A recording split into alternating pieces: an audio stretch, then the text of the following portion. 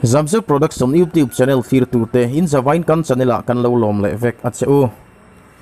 mi puita na beng var thak kan ringa driving license fitar hi kan handa lut ange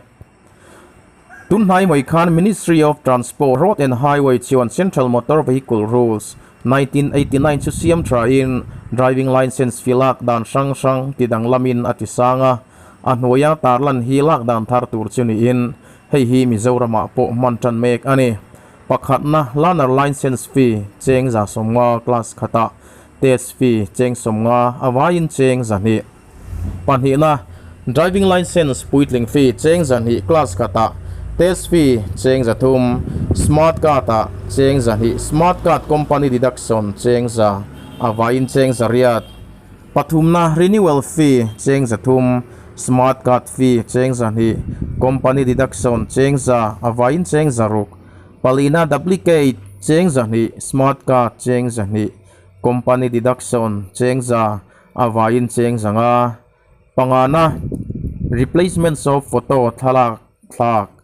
cheng zani smart card cheng zani company deduction cheng za awain cheng zanga parukna change of name ming diklo siam that cheng zani smart card cheng zani company deduction cheng za awain cheng zanga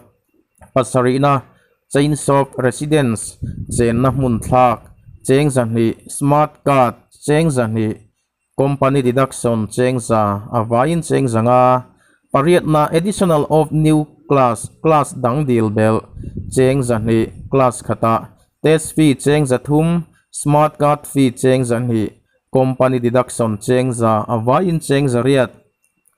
renewal bi ka hian let fee lak ni in ni khat atanga kum khat tan cheng sang khat ni in kum khat atanga kum ni tan cheng sang ni ani kum khat zel rei hian cheng sang khat zelin apung ti na ani